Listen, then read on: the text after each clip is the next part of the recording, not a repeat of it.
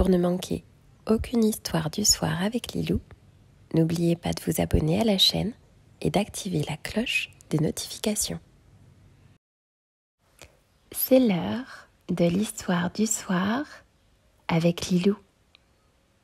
Vous êtes prêts? La princesse jamais contente et le tapis volant.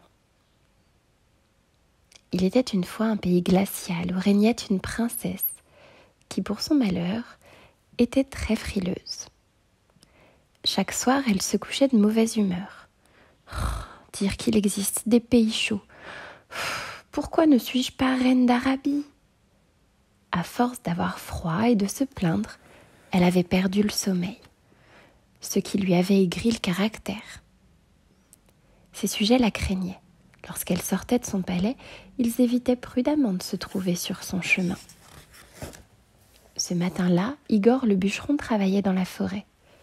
Il chantait, le cœur joyeux, car il venait de se marier. Sa femme Natacha était couturière. Ils n'étaient pas riches, mais pour eux, le bonheur valait mieux qu'une fortune. Un lièvre traversait la clairière quand Igor aperçut l'éclat d'une flèche tout près de lui. « Attention !» fit-il. Le lièvre détala, le chasseur se montra, et Igor pâlit en reconnaissant la princesse.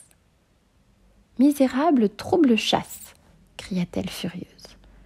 Et elle fit jeter Igor en prison. Pauvre Natacha, elle alla au palais implorer la grâce de la princesse. Mais celle-ci lui répondit sèchement. « Tu es couturière, n'est-ce pas ?»« Oui, votre Altesse. »« Je veux que tu me fasses un masque de princesse des pays chauds. Il doit être si beau que lorsque je me regarderai dans le miroir, je me croirai reine d'Arabie. Et alors, je libérerai peut-être ton mari. » Natacha quitta le palais découragée. La princesse me demande l'impossible. En traversant la forêt, malgré sa tristesse, Natacha s'arrêta pour admirer les bouleaux. Elle aimait caresser leur écorce, douce et fragile comme la peau d'une princesse. « Comment n'y ai-je pas pensé plus tôt? Voilà de quoi fabriquer le masque !» s'exclama Natacha. Elle fit provision des écorces les plus fines et courut chez elle. Toute la journée et toute la nuit, elle découpa, cousit, colla, peignit. Le lendemain, pleine d'espoir, elle apporta son masque au palais. La princesse essaya le masque et cacha derrière lui un sourire satisfait. Il aurait fait pâlir de jalousie une vraie reine d'Arabie. Mais elle lui dit « Un masque tout seul ne vaut rien, fais-moi la robe qui va avec et je libérerai alors peut-être ton mari. » Hélas, dans ces forêts gelées, où trouver un tissu assez précieux pour imiter la robe d'une reine d'Arabie? Natacha rentra chez elle, désespérée. Lorsqu'elle arriva devant sa chaumière, une jeune femme l'y attendait.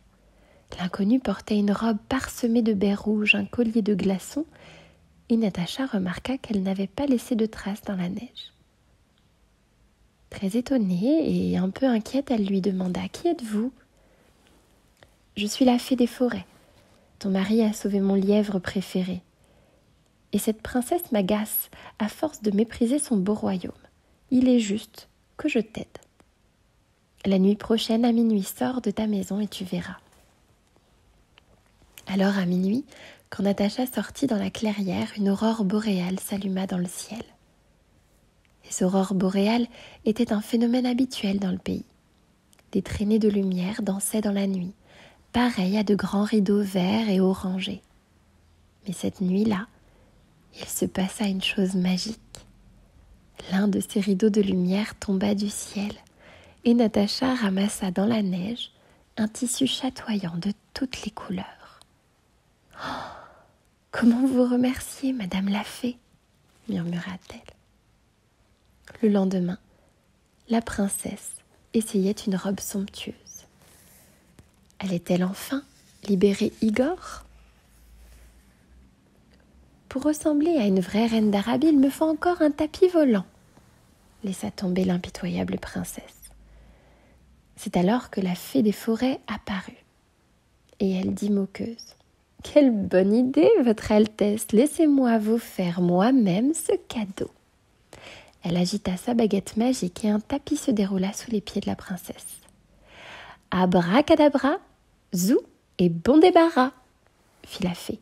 Le tapis décolla et on dit qu'il emporta la princesse jusqu'en Arabie, où elle retrouva enfin le sommeil et la joie de vivre.